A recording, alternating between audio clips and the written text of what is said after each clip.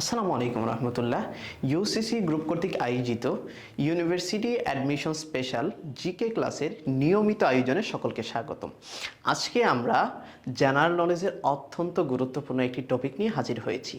আজকে আমরা আলোচনা করব বাংলাদেশের ভূপ্রকৃতি সম্পর্কে, অর্থাৎ বাংলাদেশে আমরা যেই ভূমিরূপগুলো পাই সেই ভূমিরূপগুলো আসলে কয় ভাবে বিভক্ত, এইগুলোকে কয় ভাগে ভাগ করা হয়, কোন অঞ্চলকে আসলে কোন ভূমিরূপের অন্তর্ভুক্ত করা হয়, আজকের এই ক্লাসের মাধ্যমে আমরা জানতে পারবো। বাংলাদেশে মূলত আমরা তিন ধরনের ভূপ্রকৃতি পাই। প্রথমত টারশিয়ারি যুগের পাহাড়সমূহ, দ্বিতীয়ত প্লাইস্টোসিন যুগের সোপানসমূহ, তৃতীয়ত সাম্প্রতিককালের প্লাবন সমভূমি। তাহলে আমরা চলুন একে একে দেখি কোন ভূমিরূপটি আসলে বাংলাদেশের কোন অংশে পাওয়া যায়। প্রথমেই বাংলাদেশের চট্টগ্রাম বিভাগের যে পার্বত্য চট্টগ্রাম, অর্থাৎ বাংলাদেশের চট্টগ্রামের যেই অংশসমূহে আসলে পাহাড় পাওয়া যায়, বাংলাদেশের পার্বত্য চট্টগ্রাম এবং সিলেটের যে অঞ্চলগুলোতে পাহাড় গড়ে উঠেছে, সিলেটের যে অংশসমূহ পাহাড়ি অংশসমূহ, এই যে সিলেট এবং চট্টগ্রামের যেই পাহাড়গুলো, সেই পাহাড়গুলোকে বলা হয় টারশিয়ারি যুগের পাহাড়।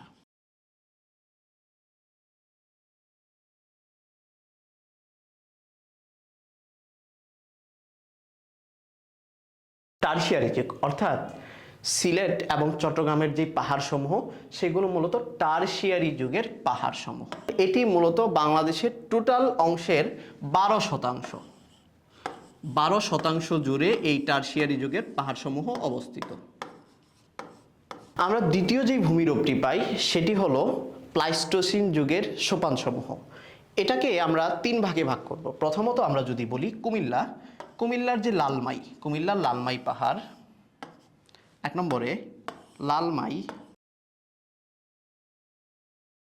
দ্বিতীয়ত এখানে যে টাঙ্গাইলের মধুগড়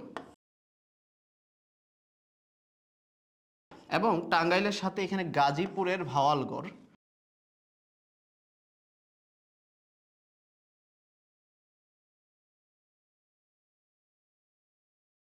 এবং সর্বশেষ রাজশাহী অঞ্চলের যে বরেন্দ্রভূমি সমূহ, সেটাকে আমরা ইনক্লুড করব বরেন্দ্রভূমি।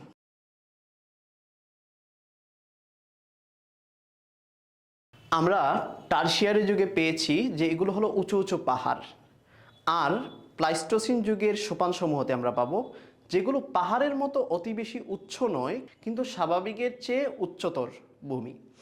অর্থাৎ আমরা যেখানে কুমিল্লার লালমাই পাহাড়, টাঙ্গাইলের মধুগড় এবং গাজীপুরের ভাওয়ালগড়, সর্বশেষ রাজশাহীর বরেন্দ্রভূমি, এই অঞ্চলগুলো কিন্তু স্বাভাবিক ভূমির তুলনায় কিছুটা উঁচু।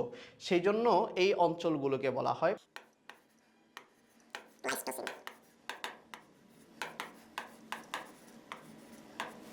প্লাইস্টোসিন যুগের সোপানসমূহ।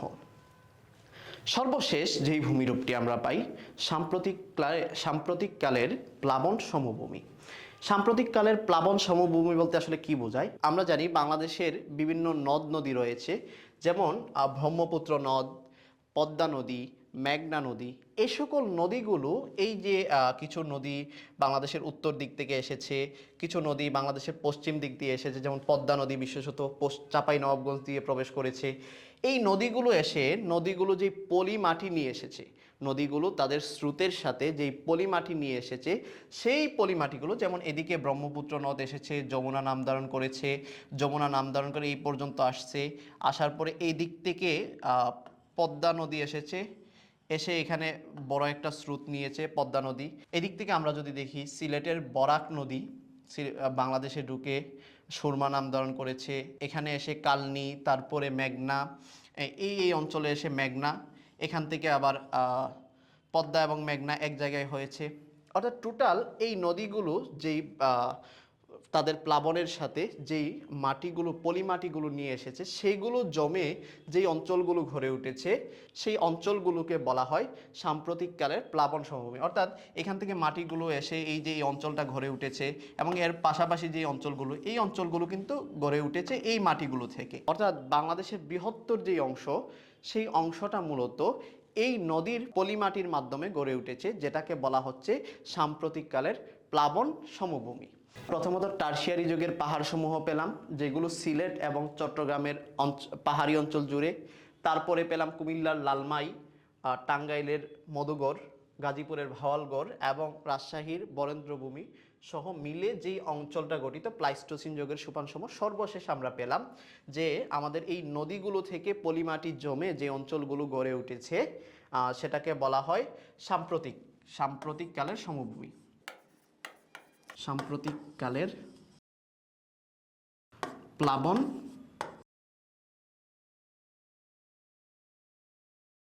সমভূমি। বাংলাদেশে যে 3 ধরনের ভূপ্রকৃতি রয়েছে সেই ভূপ্রকৃতিগুলো কোথায় কোন ধরনের ভূপ্রকৃতি বিদ্যমান আপনারা সকলেই বুঝতে পেরেছেন।